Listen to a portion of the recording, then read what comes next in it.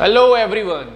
अब हम लोग बात करने वाले हैं practical application of Wheatstone bridge, जिसका नाम है मीटर ब्रिज या स्लाइड वायर ब्रिज। इसका भी एग्जाम में आने के चांसेस बहुत ज्यादा रहते हैं, क्योंकि ये टॉपिक क्या है, इसके बेस पे या तो न्यूमेरिकल आता है या डायरेक्ट थ्योरी भी आ जाती है। ठीक है, तो चलो इस पर्टिकुलर टॉपिक को हम लोग थोड़ा ब्रीफली देखते हैं। It is simplest practical application of Wheatstone bridge that is used to measure an unknown resistance. Same काम है, बस डिफरेंस क्या है कि जो व्हीटस्टोन ब्रिज था वो थ्योरेटिकल कॉन्सेप्ट था, जिसमें हम लोग को एक सर्किट डायग्राम पता था कि जहां पे बैलेंस कंडीशन में P/Q is equal to R/S होता था। लेकिन उस चीज को अगर हम लोग को प्रैक्टिकल लाइफ में यूज करना है, उस पर्टिकुलर कॉन्सेप्ट को, तो पर्टिकुलर कॉन्सेप्ट को यूज करने के लिए हम लोग को कुछ एक्सपेरिमेंटल सेटअप चाहिए। वो एक्सपेरिमेंटल सेटअप ही क्या है, मीटर ब्रिज या स्लाइड वायर ब्रिज है। चलो देखते हैं इस पर्टिकुलर मीटर ब्रिज के प्रिंसिपल के बारे में। प्रिंसिपल इसका यही है कि बैलेंस कंडीशन में हमारा P/Q is equal to R/S होना चाहिए। ठीक है, अब बात करते हैं इसके एक्सपेरिमेंटल सेटअप के बारे में कि किस तरीके से क्या क्या चीज इस पर्टिकुलर डायग्राम में है और पूरे इस एक्सपेरिमेंटल सेटअप में क्या क्या है। तो लेट्स स्टार्ट फ्रॉम हियर। सबसे पहले क्या होता है ना, यहाँ पे एक मीटर की लॉन्ग वायर रहती है, 1 मीटर लॉन्ग वायर रहती है, जिसका क्रॉस सेक्शनल एरिया मैं यूनिफॉर्म मान के चलता हूँ। यूनिफॉर्म मतलब मैं एक बार डिफाइन कर दिया कि इतना है तो इतना ही है। इसके बाद क्या किया, इस वायर को मैंने क्या किया, वुडन बोर्ड में, वुडन बोर्ड मतलब ये जो आपको दिख रहा है ना व्हाइट बोर्ड, इस व्हाइट बोर्ड को हम लोग मान लेते हैं वुडन बोर्ड है।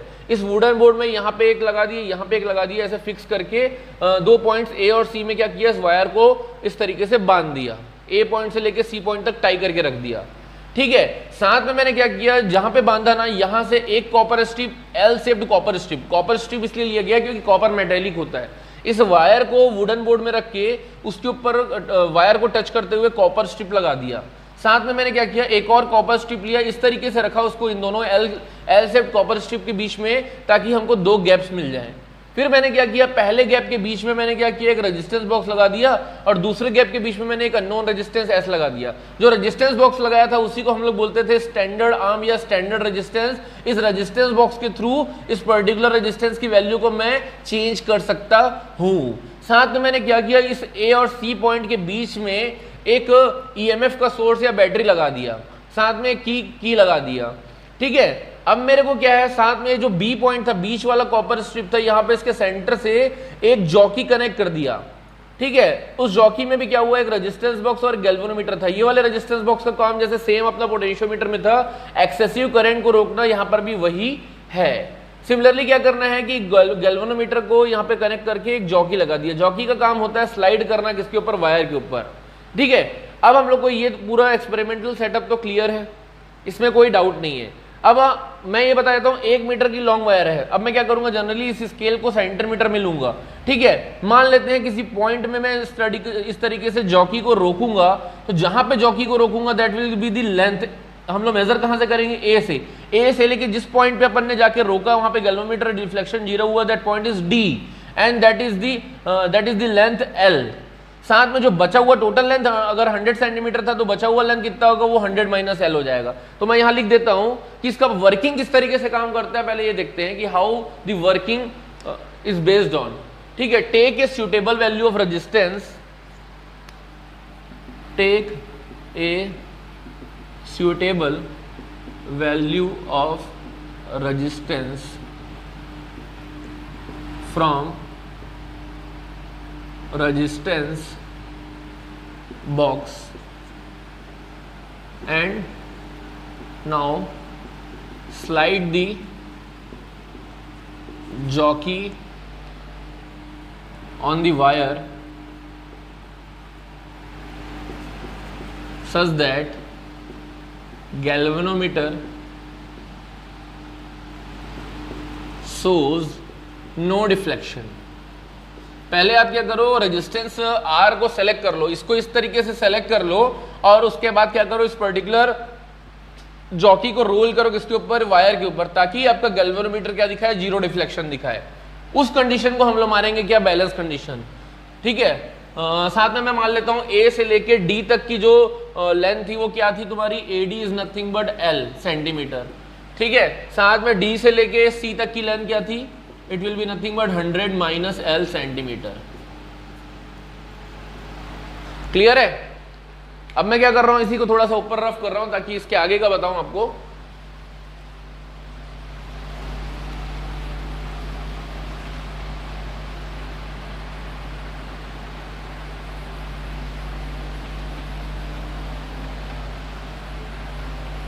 अब मैं मानता हूं एट बैलेंस्ड कंडीशन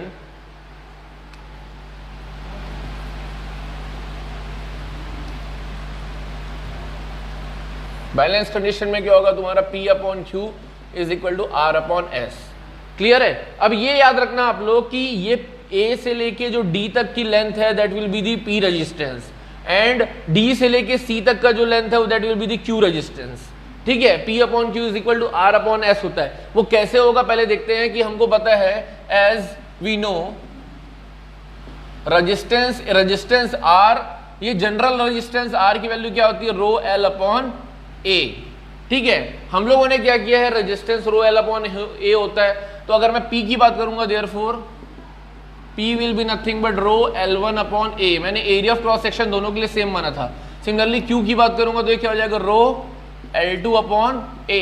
यहाँ पे मटेरियल भी मैंने सेम माना है, यानी कि वायर का जो मटेरियल सेलेक्ट कर लिया वही सेलेक्ट कर लिया। एरिया ऑफ क्रॉस सेक्शन मैंने बोला यूनिफॉर्म क्रॉस सेक्शन का, तो एरिया भी सेम है, तो ये दोनों को मैं पुट करूंगा यहाँ पे, तो this will become L1 upon L2 is equal to R upon S। और ये L2 मतलब ये Q का रेजिस्टेंस कहां से कहां तक है, L2 is nothing but 100 minus L, यानी कि this will be nothing but L upon 100 minus L is equal to R upon S। Clear है। अगर आप Q की बात करें, Q रेजिस्टेंस में आपको क्या बताया था D से लेके C तक था, ये L2 लेंथ कितनी है, this will B 100 minus L, यानी कि ये डायरेक्टली रेजिस्टेंस के रेशियो के बराबर, लेंथ के रेशियो के बराबर है।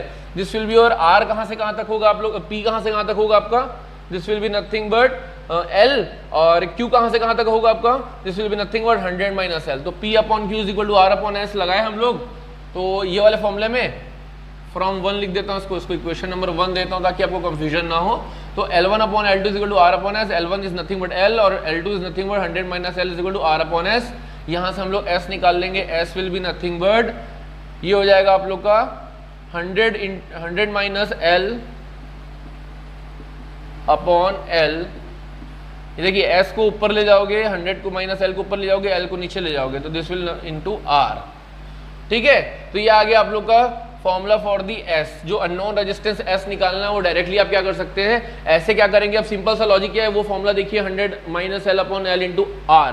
This is the formula by which we can calculate the unknown resistance S। तो सिंपल लॉजिक क्या बोलता है कि आप स्लाइड वायर को या जॉकी को इस तरीके से स्लाइड कीजिए कि जहां पे आपका गैल्वेनोमीटर का डिफ्लेक्शन 0 हो जाए, उस पॉइंट पे रोक दीजिए और ए पॉइंट से मेजर करना चालू कीजिए कि कितना डिस्टेंस आपने कवर किया, वो आपका किसके इक्वल हो जाएगा, P के इक्वल हो जाएगा, और जो बचा हुआ डिस्टेंस होगा वो आपके किसके इक्वल हो जाएगा, Q के इक्वल हो जाएगा, और दोनों का रेशियो क्या हो जाएगा, P अपॉन Q। जिस तरीके से हमारा क्या आ जाएगा, S is equal to 100 minus L upon L into R। So this is all about the metre bridge और slide wire bridge. Thank you.